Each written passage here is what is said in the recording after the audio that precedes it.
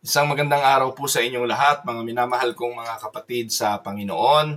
Ito po ang inyong lingkod, si Pastor Ruel Camya po mula po dito sa Winnipeg, Manitoba, Canada, para po sa ating pag-aaral ng salita ng Diyos ngayon pong umaga. Welcome po sa Tinig ng Pag-asa.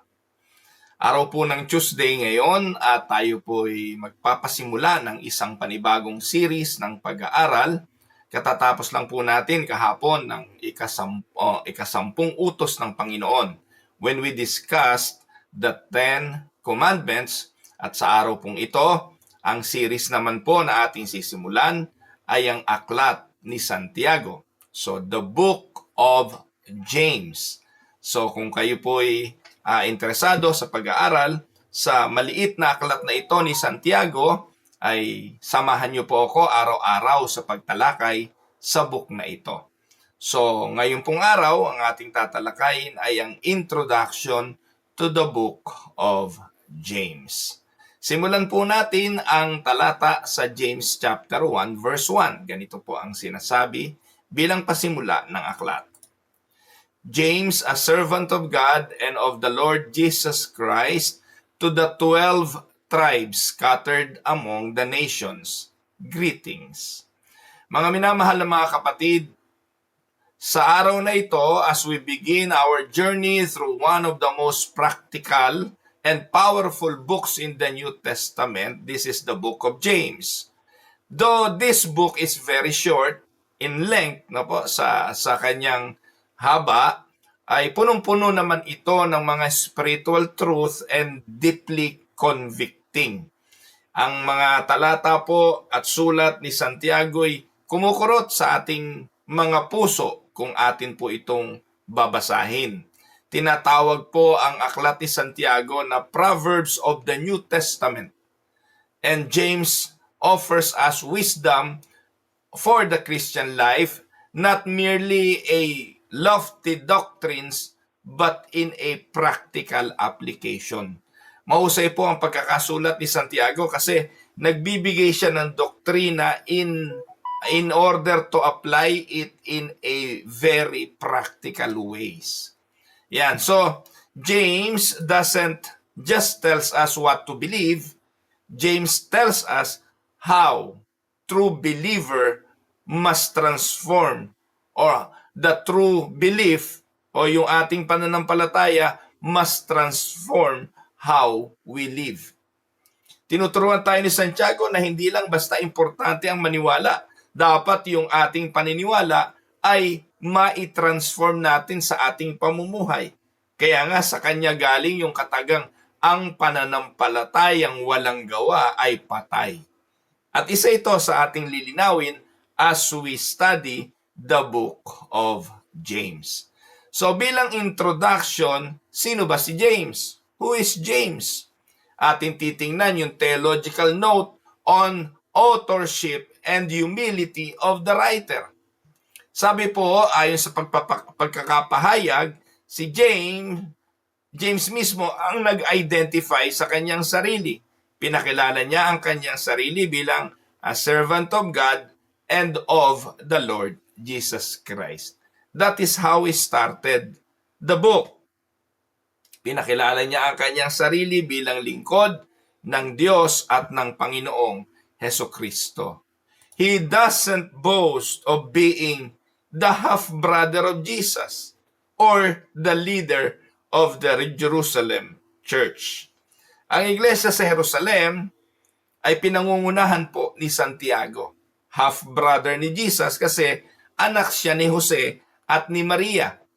No? So, siya po ay malapit sa Panginoon kasi kasama siyang namuhay ng Panginoon. Nakisama sa isang tirahan. Kumain marahil ng sabay. Lumaki halos sa pamilya ng sabay. Huwag natin kakalimutan, si Jesus yung una na anak ni Maria. Hindi naman binanggit kung pang-ilan si Santiago sa magkakapatid, pero makikita natin na marahil ang impluwensya ni Jesus bilang panganay ay malaki sa buhay ni Santiago physically and spiritually. In fact, he followed Jesus to the ministry. So hindi niya po ito ipinagmalaki. Instead, he uses the term doulos or servant or bondservant. Ito po'y a term of total submission and allegiance to his Lord. Though, kung in essence, kuya niya si Jesus. So ito po mga kapatid, is not just humility, it is theology. Hindi lang siya nagpapakumbaba dahil siya ay naging tagasunod ng Panginoong Hesukristo, pero ito yung malalim na teolohiyang kanyang pinaniniwalaan na si Hesukristo ang anak ng Diyos na buhay, siya ay lingkod lang ng ating Panginoon. Kaya mga kapatid, from a Reformed perspective, this reminds us of the Lordship of Christ over every aspect of life. Kung ito nga na si Santiago ay kapatid ng ating Panginoong Hesukristo kay Mary, tayo nga, wala tayong koneksyon ni katiting Pero dapat tayo, katulad niya, ay magpakumbaba at maging alipin sa harapan ng ating Panginoon. Wala tayong pwedeng ipagmalaki sa Kanya kung ano man yung mga na-accomplish natin, kung ano man yung mga nagawa natin sa ministeryo, o ano yung mga naging, mga katungkulan or posisyon na meron tayo sa gawain ng Panginoon. So James recognizes that our identity and authority flow not from ourselves, but from our union with Christ. Katulad ni Apostol Pablo sa Galatians 2:20, sinabi ni Pablo, ako'y napako sa krus na kasama ni Kristo, hindi ako ang nabubuhay, kung hindi si Kristo ang nabubuhay sa akin. Just as Paul saw himself, like James, as servant of Christ, si James, he models true servant leadership, grounded in grace, not in privilege of being a half-brother of Christ. Amen? Yan, at least nakilala na natin kung sino ang writer. Ang writer po ay si Santiago, leader siya ng Jerusalem Church, at siya po ay half-brother ni Jesus, but he considered himself as what? A servant of God and of the Lord Jesus Christ. Sumunod, kanino po isinulat ang aklat ni James? To whom was James writing? Sino ang kanyang sinusulatan? Ayon po sa verse 1 na ating binasa, James write to the 12 tribes scattered among nations. And this refers to the Jewish Christians scattered throughout the Roman Empire, believers who were suffering, marginalized, and tempted to compromise. So eto po yun. So ang sulat ni Santiago, ang pagkakasabi, I am James, a servant of God and of the Lord Jesus Christ, addressed to the 12 tribes scattered among the nations. And he started with the word greetings. So, ang sulat na ito ay para sa mga Jewish Christians who scattered throughout Roman Empire. So, yet, James calls them tribes. So, take note mga kapatid, ito pong mga nakakalat na ito ay iglesia ng Panginoon. Jewish Christians scattered throughout the Roman Empire. Pero ang tinawag ni James na tribes ay ang mga believers na ito, reminding them of their identity in the covenant people of God. Though Christians na sila mga kapatid, hindi na sila under Judaistic religion. Hindi na Judaism ang kanilang sinusunod na relihiyon kung hindi ang turo at aral na ng ating Panginoong Hesukristo. They are now believers, Christians. Hindi na sila under ng Judaism o hindi na nila pinaniniwalaan yung mga turo ng Judaismo, bagkus ang kanilang adherence now ay ang mga turo ni Jesus bilang mga Kristiyano. And yet, James calls them still tribes, to the 12 tribes, reminding the believers, even though they are now Christians, they are part and their identity is in the covenant people of God. Sila'y mga pinili sa kabila ng sila ay nagkahiwa-hiwalay, nangalat sa iba't ibang mga bansa. Kaya sa Reformed theology teaches us that the church, listen to this, ano po? The church, the Christian church, is the continuation of the true Israel, the elect people of God who is called by grace. Naintindihan niyo po?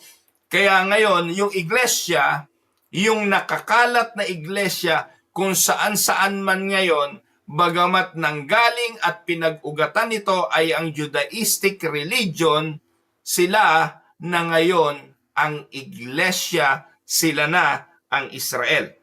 Kaya tayo mga kapatid, ang Israel na tinutukoy na sa New Testament, the church.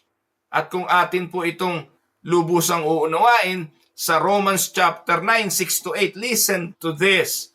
It is not as though God's word had failed, for not all who are descended from Israel are Israel. Ang sabi po dyan, hindi lahat ng ipinanganak o galing sa Israel ay Israel. Kaya yung Israel ngayon na maliit na bansa sa Middle East na nababasa nating ginigyera, nababalitaan nating nakikipagdigmaan, hindi po sila yung church. Kaya ngayon ang mga tao wala nang binabantayan kundi yung Israel na yan eh. Yung bansang gera ng gera, walang ginawa kundi makipagdigmaan. Hindi po yan ang Israel ng Biblia sa ngayon. Sa New Testament, kapag binanggit yung Israel, tayo na po yun. Ikaw, ako, ang iglesia ng Diyos. Verse 7, nor because they are his descendants, are they all Abraham's children. On the contrary, it is through Isaac that your offspring will be reckoned. In other words, it is not the children by physical descent who are God's children, but it is the children of the promise who are regarded as Abraham's offspring. And that is the church. Nakakalungkot, ang dami mga pastor ngayon eh. No? Mali ang pagkaunawa sa mga bagay na ito. Ang Israel ay ang iglesia, siya ang pangako, the children of promise. At ang iglesia no longer comprise only of the Jewish nation or the Jewish people.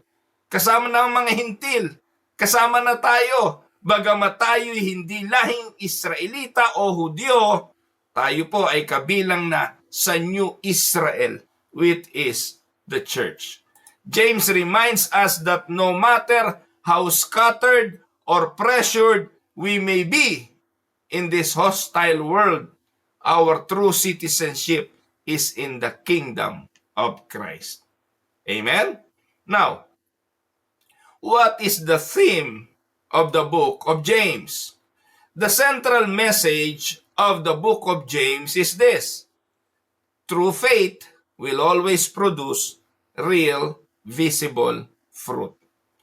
Yan po ang tema ng aklat ni Santiago. Ang tunay na pananampalataya ay laging nagbubunga at ito po ay mayroong, visible, nakikitang bunga. This is not salvation by works, but a faith that works. Lilinawin po natin yan kapag nandun na tayo sa pag-aaral tungkol dyan.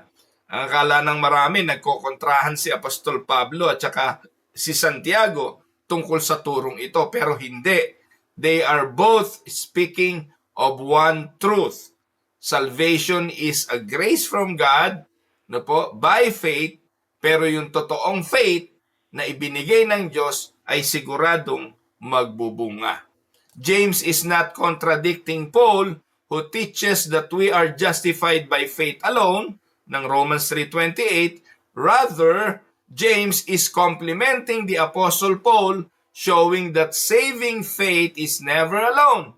It is always accompanied by obedience and transformation. James chapter 2, verse 17 and verse 26. Malalaman po natin yan kung kayo'y patuloy na susubaybay.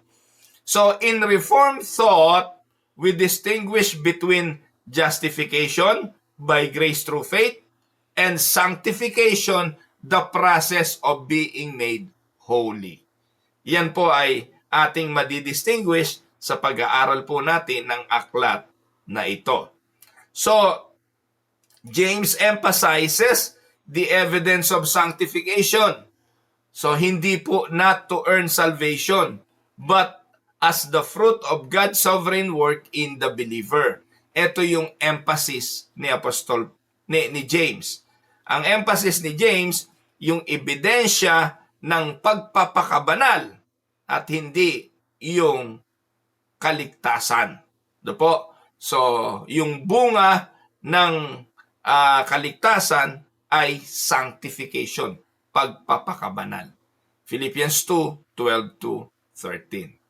Now, ano yung theological themes ni James? So, we are going to look also the theological theme. Ang makikita nating tema ng aklat ni Santiago, una ay ang sovereignty ng Diyos. God gives wisdom. James chapter 1 verse 5. Trials and mga problems are under His provisions. Chapter 1, 2-4. And every good gift is from God. James 1:17. So, yan po yung unang-unang ating makikita. The sovereignty of God.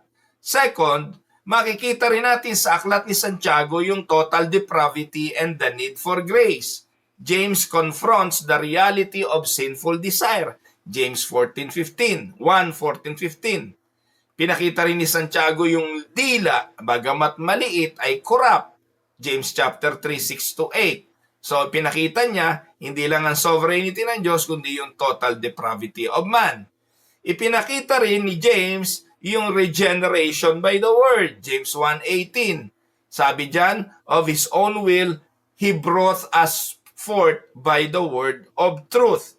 Highlighting monergism, that God alone initiates the new birth or yung pagiging born again.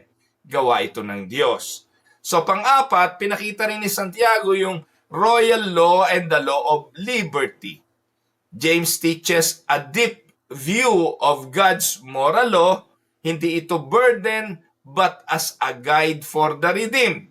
Kaya, i-reinforce nito yung ating pag-aaral tungkol po doon sa 10 utos na hindi ito binaliwala, bagkos ito mga kapatid ay magandang giya sa pamumuhay bilang Kristiyano, reflecting the Reformed emphasis on the third use of the law.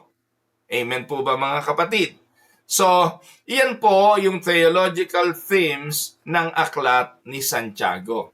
Ang tanong ay ito, why do we need to preach James today? Bakit natin kailangang pag-aralan ang aklat ni Santiago? Because we live in a world of easy believism. Ano ba yung easy believism? Teaching ito ng maraming mga Pentecostal na kung saan ang sinasabi nila, manampalataya lang, wala na, ganun na, ligtas na. Where many claim Christ but show no fruit. Sabi ni James sa kanila, that is hypocrisy. Yung nagsasabing sila'y nananampalataya, wala namang bunga, ito'y patay na pananampalataya. Sa panahon ngayon, lahat naman naniniwala sa Diyos Madalang yung atheist. Po? Yung mga atheist, buti pa nga yun, sinasabi nila walang Diyos, hindi sila naniniwalang may Diyos. Pero yung mga tao ngayon, naniniwalang may Diyos. Pero hindi nila kinikilala siya bilang Diyos. Po? They believe that there is God, but they don't have time for that God. They don't care about that God. At kinikilala nila ang Diyos na ito na hindi naman dapat, na dapat walang pakialam sa buhay nila. We live in a world of easy believism. And ito po mga kapatid, ang sinasabi ni Santiago na kaipokrituhan. It calls out double-mindedness sa chapter 1 verse 8, worldliness chapter 4 verse 4, and selfish pride chapter 4 verse 6. And instead, James urges believers to live with wisdom, humility, and integrity. So tinulungan ni Santiago ang simbahan na examine ang kanyang sarili in the light of the Scripture. Are we merely hearers or true doers of the Word? Kaya napakahalagang aralin ito. Sa mga present-day believers, importanteng maunawaan kung bakit isinulat ni Santiago ang kanyang aklat. So to illustrate this, tandaan, a tree with no fruit, no leaves, no signs of life may still call itself a tree, but it is dead. Tama? Kung nakakita kayo ng isang punong nakatumba, walang dahon, walang dahon, walang sanga, patay na puno, pero tatawagin mo pa rin puno. James is like a spiritual physician checking our pulse. Na sinasabi natin, Christian nga tayo, pero ang tanong, buhay ba? So James is like a spiritual physician. He is not trying to scare us, but to awaken us, to call us to live as those truly born again. Amen? So, here are some reflection questions. 1, do I see myself like James as a humble servant of Christ? Or do I cling to pride or status? Has my faith in Christ produced real transformation in my actions, in my speech, and in my relationship? How do I respond to trials? Do I count them as joy, trusting God's sovereign hand? Or am I living in the world or as one scattered yet sanctified in Christ? So bilang konklusyon mga kapatid ng atin pong introduction in the book of James, as we begin this series, let us ask the Lord to expose what is false in us. May He strengthen what is weak and revive what is dead. Let us pray for faith that works, not because we earn salvation, but because the grace that saves also sanctifies. Mga minamahal kong mga kapatid, may the Lord use His word to refine us, restore us, and renew our witness to the watching world. Soli Deo Gloria. Purihin ang Panginoon. So, maiksi ang ating pag-aaral ngayong umaga. Again, gaya ng aking sinabi, kailangan lang nating i-introduce ang aklat ng Santiago kung saan ito ang magiging sentro ng ating pag-aaral sa mga susunod na linggo. Or kung abutin man ito ng ilang linggo sa ating pag-aaral. Maraming salamat sa inyong pagsubaybay. Ito po ang inyong lingkod, si Pastor Ruel Camia, para po sa Tinig ng Pag-asa. God bless mga kapatid.